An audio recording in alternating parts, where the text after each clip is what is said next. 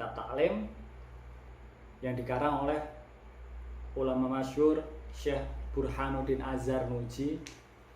Jadi beliau itu adalah ulama bermazhab Hanafi. Nanti akan kita temui dalam kitab ini corak pemikiran mazhab Hanafiyah.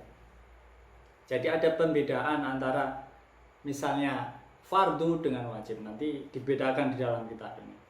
Dan beberapa kutipan beberapa ulama yang tidak sedikit ulama dari mazhab Hanafi. Dan ada sedikit dari mazhab Syafi'i juga, kutipan dari ulama mazhab Syafi'i, termasuk Imam Syafi'i nanti kita ketemui. Jadi kita membahas kitab ini tidak lama, paling tidak kita membahas sampai 20 menit saja, tidak terlalu lama lah, tidak sampai 1 jam. Jadi yang pertama, beliau ini adalah ulama yang hidup pada zaman kemunduran dinasti Abbasiyah, ya. Jadi tidak banyak yang menceritakan tentang biografi dari Syekh Az-Zarnuji. Jadi Az-Zarnuji itu adalah penisbahan dari suatu tempat. Kalau sekarang bisa dikatakan sebagai Turkistan. Nanti ada tempat yang bernama Zarnuj.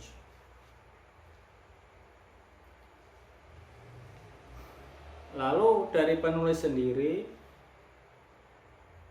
Syekh Imam Zarnuji, kitab ini berisi mengenai adab atau etika dalam menuntut ilmu. Ini sangat digemari dalam beberapa kalangan, termasuk dalam dunia barat, dan hampir semua pesantren di Indonesia membahas tentang kitab ini. Jadi mari kita bersama-sama, sebelum kita membahas kitab ini, mari kita membaca Al-Fatihah terlebih dahulu. A'udzubillahi minasyaitonirrajim. Bismillahirrahmanirrahim. Alhamdulillahirabbil alamin, arrahmanirrahim, maliki yaumiddin, iyyaka na'budu wa iyyaka nasta'in, ihdinas siratal mustaqim, siratal ladzina an'amta 'alaihim ghairil maghdubi 'alaihim waladdallin.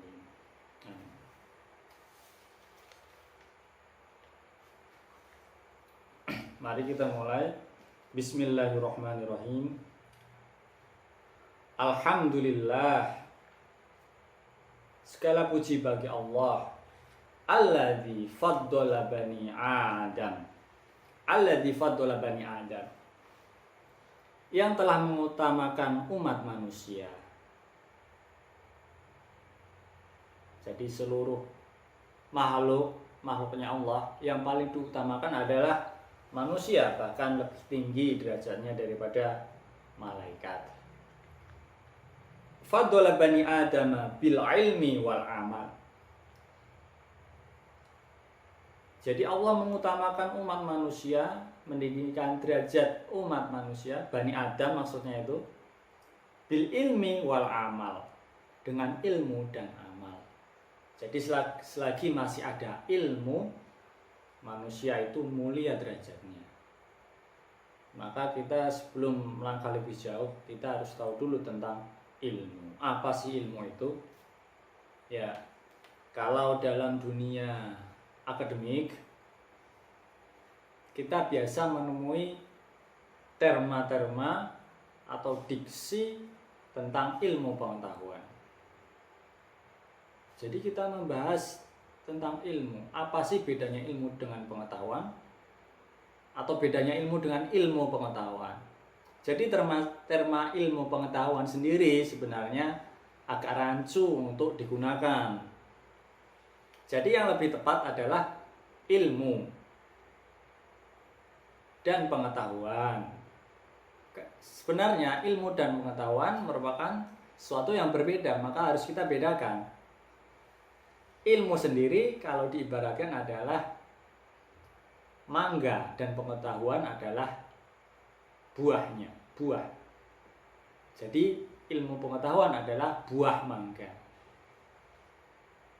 Mangga untuk ilmu, dan buah untuk pengetahuan. Jadi maksudnya adalah ilmu itu adalah sesuatu pengetahuan yang memiliki karakteristik tertentu. Jadi ilmu itu lebih spesifik. Jadi saya kasih contoh ya. Kita amat berlebihan ketika menyebut beberapa menggunakan istilah ilmu. Misalnya ilmu santet. Nah, ilmu santet lalu apa lagi? Ilmu ramal. Jadi mungkin itu bisa disebut sebagai pengetahuan. Ya, bisa disebut sebagai pengetahuan. Bisa, tapi terlalu berlebihan ketika disebut sebagai ilmu. Karena ilmu itu jika kita merujuk pada kamus Oxford, ilmu itu diterjemahkan sebagai sains. Sains adalah systematic knowledge. Jadi suatu pengetahuan yang memiliki karakteristik tertentu.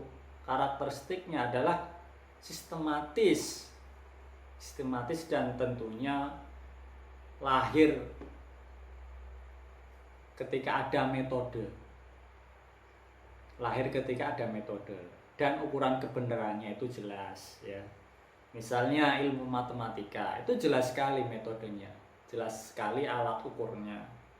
Lalu ilmu apa misalnya? Biologi, fisika, kimia. Lalu ilmu apa lagi? Ilmu sosial misalnya. Ilmu sosial, humaniora dan sebagainya. Lalu dalam falsafah Jawa lebih menarik lagi. Sesuatu yang disebut ilmu itu adalah ngilmu itu kelakon kanthi laku. Jadi sesuatu bisa disebut dengan ilmu jika ada laku, ada lakunya. Jadi ada suatu tindakan atau pengamalan dari ilmu tersebut itu bisa disebut sebagai ilmu. Itu dalam falsafah Jawa. Ya, maka ilmu ketika diterjemahkan ke dalam bahasa Inggris artinya adalah science. Dalam bahasa Latin scientia, dalam bahasa Jerman bisa disebut sebagai Wissenschaft. Lalu dalam bahasa apa lagi? Belanda disebut sebagai Wetenschap. Ilmu sifatnya adalah ilmiah. Ilmu sifatnya adalah ilmiah. Diterjemahkan menjadi sains yang mempunyai sifat saintifik. Jadi bisa kita gunakan pada beberapa pengalaman misalnya. Kamu itu kok tidak ilmiah sekali sih? Misalnya seperti itu, kita berdialog dengan seseorang. Kamu nggak ilmiah sekali, pendapatmu tidak ilmiah. Jadi maksudnya pendapatnya tidak berdasarkan ilmu. Jadi ukurannya tidak jelas, ukuran kebenarannya tidak jelas, hanya berdasarkan pada emosi. Makanya disebut sebagai tidak ilmiah karena ukuran kebenarannya tidak jelas. Itu yang disebut sebagai ilmu dalam dunia akademik. Lalu dalam kitab ini nanti kita akan menemui hakikat ilmu itu apa sih? Jadi ada di pembahasan setelah mukadimah. Mungkin pertemuan selanjutnya kita bahas tentang hakikat ilmu. Nanti seperti apa. Lalu selanjutnya Faddola bani Adam bil ilmi wal amal. Jadi yang selanjutnya adalah kita bahas mengenai amal. Ya. Menurut beberapa ulama berpendapat bahwasanya amal itu adalah suatu daya yang bisa kita salurkan untuk bertindak sesuatu. Jadi kita bisa menggunakan terma-terma. Ada dikotomi antara amal baik dan amal buruk. Jadi mungkin amal baik itu adalah daya kita atau segala daya atau energi yang kita salurkan ke dalam hal-hal yang buruk, maka bisa disebut dengan amal buruk. Dan begitu pula dengan hal-hal yang sebaliknya, bil ilmi wal amal, dengan ilmu dan amal. Lalu selanjutnya kita baca ala jami'il alam, atas seluruh alam. Jadi manusia bisa melampaui seluruh alam dengan ilmu dan amal. Wassalatu ala Muhammadin sayyidil arabi wal ajam. Wassalatu ala Muhammad, dan sholawat serta salam semoga tercurah kepada Nabi Muhammad sallallahu alaihi wasallam, sayyidil arabi wal ajam, pemimpin bangsa Arab dan bangsa Ajam. Ya, bangsa Arab itu ya orang-orang pribumi Arab itu. Dan bangsa Ajam adalah bangsa-bangsa non-Arab. Seperti kita sendiri yang hidup di Indonesia, di Nusantara. Kita disebut sebagai bangsa Ajam. Pada dasarnya Nabi Muhammad itu tidak pernah mencontohkan untuk bersikap rasis. Karena ada dalam sejarah Nabi Muhammad justru dekat dengan orang-orang Ajam. Orang-orang Ajam itu ya orang-orang asing kalau kita sebut ya, orang-orang non-Arab. Misalnya siapa? Misalnya adalah Bilal, yang pada dasarnya beliau itu mantan budak dari Afrika. Jadi beliau itu disebut sebagai orang Ajam. Dan ada lagi yang bernama Salman Al-Farisi. Beliau dari Persia, bukan Arab. Maka para sahabat lainnya, apakah mereka iri lalu mengatakan, oh Nabi Muhammad itu ternyata pro asing? Ya kan tidak juga, itu terlalu berlebihan. Jadi Nabi Muhammad tidak membeda-bedakan antara ras Arab itu harus lebih mulia. Oh enggak seperti itu. Karena pernah diriwayatkan bahwasanya golongan Bani Arab itu tidak lebih mulia daripada golongan Ajam. Dan yang kulit merah tidak lebih mulia daripada kulit hitam. Yang membedakan mereka itu terletak pada ketakwaannya saja. Jadi pada ketakwaan itu adalah pola ukurnya yang digunakan oleh Nabi Muhammad SAW. Jadi kalau ada isu rasis itu saya rasa kampungan sekali. Isu anti asing, asing asong atau apa itu. Jadi Nabi Muhammad sendiri itu tidak anti asing sebenarnya. Jadi sesuatu yang dari asing atau orang-orang asing asal mempunyai potensi, Nabi Muhammad tentu saja memberdayakan mereka. Ya. Biasanya ini digunakan untuk isu-isu dalam politik kita itu. Misalnya ada orang yang ingin nyalek di daerah Jawa, padahal orang tersebut bukan orang Jawa. Ya nanti bisa dipermasalahkan ya seperti itu ya.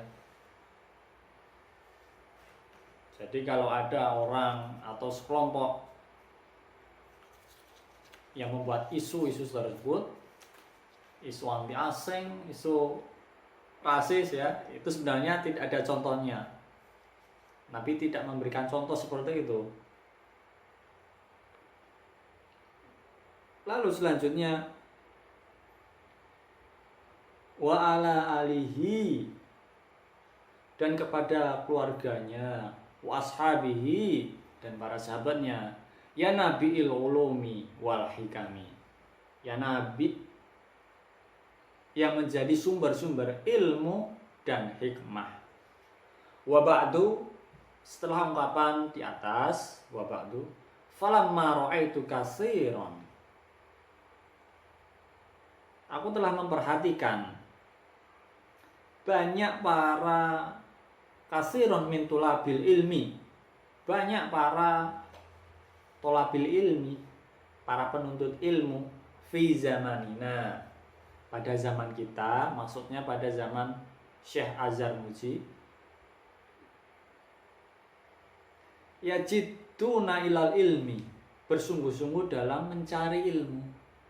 Akan tetapi wala yasilun, mereka tidak mendapatkan esensi dari ilmu yang mereka pelajari, au mimma naf'ihi, atau dari kemanfaatannya, wasamarotihi, dan buah-buahnya ilmu. Wahiyal amalu bihi, yaitu berupa pengamalan dari ilmu yang telah dipelajarinya. Wa nasyru, dan menyebarkannya. Sudah susah-susah, capek-capek menuntut ilmu, tapi tidak mendapatkan esensi dari ilmu tersebut, tidak mendapatkan buah dari ilmu, apalagi mau untuk menyebarkannya saja tidak mau, ya. Yuhramuna, hal tersebut terjadi karena tertutupi, lima anahum, karena mereka akhtau, salah torik, toroikohu, salah pada toroikohu, jalurnya, wadaroku syaroitahu, dan meninggalkan syarat-syaratnya. Jadi dalam menuntut ilmu tentu saja ada syarat-syaratnya. Ketika syarat-syaratnya ditinggalkan, nanti tentu saja tidak mendapatkan manfaat atau buah-buahnya ilmu. Wa kullu man, dan setiap orang akhta'at tariqa, yang salah jalan, maka ia dhalla, ia tersesat. Wala yanalul maksud, dan ia tidak akan mendapatkan maksud atau harapan yang ditujukan. Qalla au jalla, baik sedikit maupun banyak, maka aradtu ahbabtu, maka aku dengan senang hati, maksudnya penulis kitab ini, penulis kitab ta'lim, dengan senang hati, an ubayyina lahum, ingin menjelaskan kepada mereka, kepada para penuntut ilmu,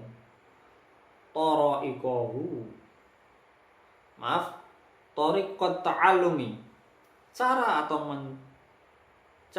atau metode dalam mencari ilmu, ala ma ra'aitu fil kutub. Jadi penulisan kitab ini berdasarkan pada atau bersumber atau mempunyai referensi dari beberapa kitab yang telah penulis baca. Ala ma ra'aitu fil kutub wa sami'tu, dan aku telah mendengarkan atau mendapatkan nasihat min asatidzi ulil ilmi wal hikami, dan aku telah mendengar nasihat dari guru-guruku. Jadi kitab ini tidak ngawur penulisannya, sumber-sumbernya jelas dari beberapa kitab. Jadi pada zamannya, pada zaman Syekh Azhar Muji, beliau telah mengajari kita. Jadi ketika mengambil suatu informasi, kita sudah selayaknya mencari informasi yang sumbernya kredibel dari guru-guru yang ahli ilmu dan hikmah, yang sudah teruji keilmuannya. Ini pada zaman saat itu sudah ketat sekali dalam pencarian ilmu, pencarian informasi. Jadi tradisi seperti ini paling tidak ada penerusnya. Ya biasanya di kampus-kampus kan seperti itu. Ketika membuat misalnya karya tulis ilmiah ya, paling tidak harus mempunyai referensi dari buku-buku yang kredibel. Lalu selanjutnya kita sampai kalimat yang mana ini? Roja'ad du'ai li minar raghibin, dengan mengharapkan doa li minar raghibin, dari orang-orang yang mencintai ilmu. Jadi penulis ini mempunyai harapan agar mendapatkan doa dari para pembaca-pembacanya ya. Fihil mukhlasin, mereka lah orang-orang yang dibersihkan hatinya. Bil fauzi wal khalasi fi yaumiddin, agar mendapatkan keuntungan dan keselamatan fi yaumiddin, di hari akhir nanti. Ba'da mastakhartullaha ta'ala fi. Jadi kitab ini ditulis ba'da mastakhartullaha ta'ala fi, setelah mendapatkan petunjuk dari Allah. Berupa apa? Berupa sholat istikharah. Jadi banyak para ulama-ulama kita menulis kitab itu sebelumnya melakukan sholat istikharah terlebih dahulu. Jadi dalam beberapa hadis disebutkan tentang keutamaan sholat istikharah. Jadi dalam banyak hal, tidak selalu dalam hal misalnya mencari jodoh sholat istikharah, memilih pasangan sholat istikharah, termasuk dalam menulis kitab ya. Ingin memilih sesuatu, memilih jenjang pendidikan, memilih jurusan, memilih ilmu yang akan dipelajari, baik sekali itu tradisi sholat istikharah. Wasamaituhu, dan aku memberikan nama kitab ini Ta'limal Muta'allim Thariqat Ta'allumi wa ja'altuhu fusulan, yang terdiri dari beberapa fasal. Yang pertama, faslun fi mahiyatil ilmi wal fiqhi wa fadlihi, fasal yang menerangkan tentang hakikat ilmu, wal fiqhi, dan fikih, wa fadlihi, dan keutamaan fikih. Lalu selanjutnya faslun akhir, yang kedua, faslun fin niyati fi hali ta'allumi, fasal yang menerangkan tentang niat dalam mencari ilmu. Lalu selanjutnya pasal yang ketiga, faslun fi ikhtiyaril ilmi wal ustadzi wasyariki wassabati, pasal yang menerangkan tentang tata cara memilih ilmu, wal ustadzi, dan guru, wasyariki, dan teman, wassabati, dan ketekunan. Jadi dalam memilih suatu ilmu itu ada tata caranya. Jadi ada pertimbangan. Kalau dalam kitab ini nanti akan dijelaskan suatu ilmu yang paling utama adalah ilmu fikih.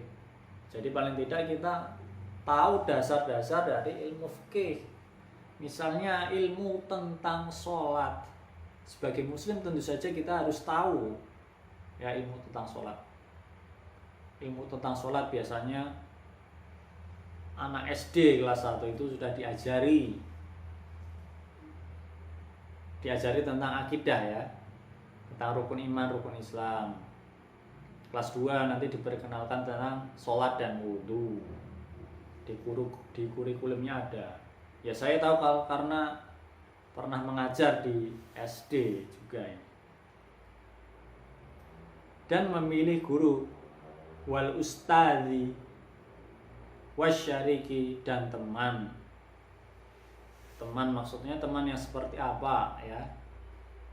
Teman bisa dibedakan antara teman baik, teman akrab, atau teman hanya sekedar kenal ya. Karena seperti ini, teman itu sangat mempengaruhi di kehidupan kita juga. Bagaimanapun kualitasnya, kita ibaratkan misalnya dengan kayu jati ya. Kayu jati itu dikenal sebagai kayu yang berkualitas, kayu yang keras, yang awet.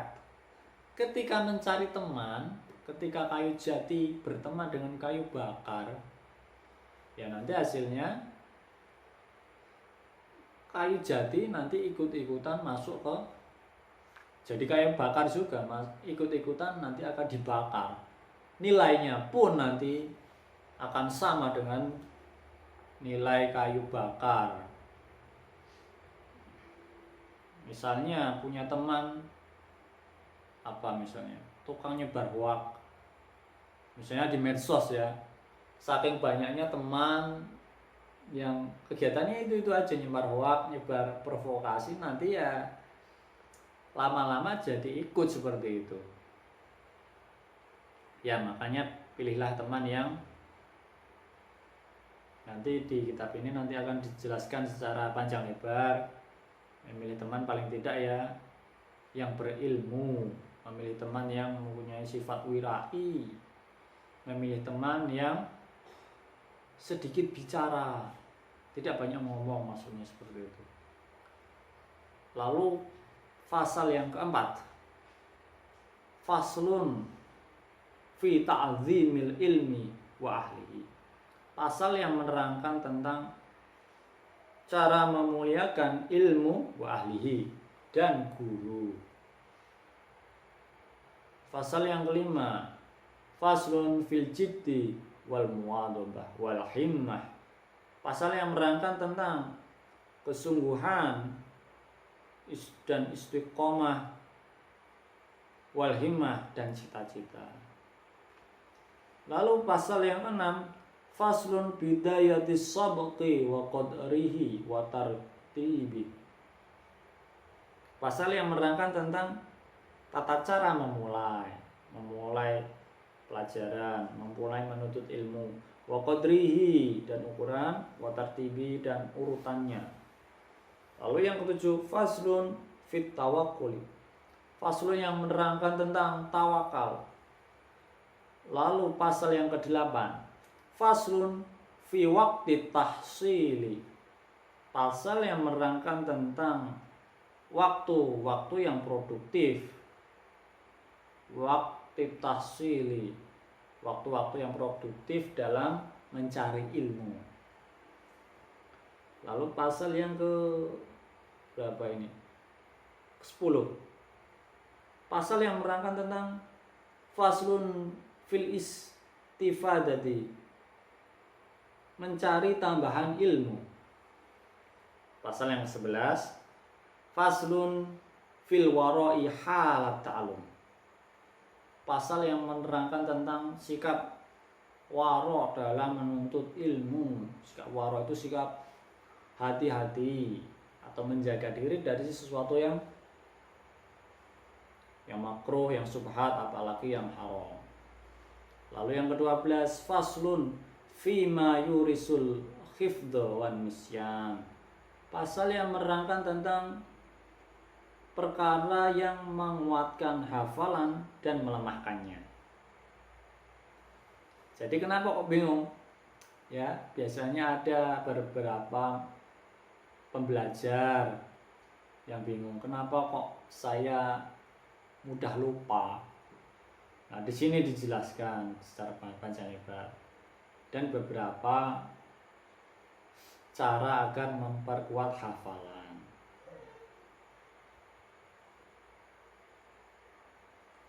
Lalu pasal yang ke-13, faslun fima yajlibur rizqa wa ma yamna'u wa ma yazidu fil umri wa ma yanqusu. pasal yang menerangkan tentang perkara yajlibur rizqo, yang dapat mempermudah datangnya rizki, dan perkara yang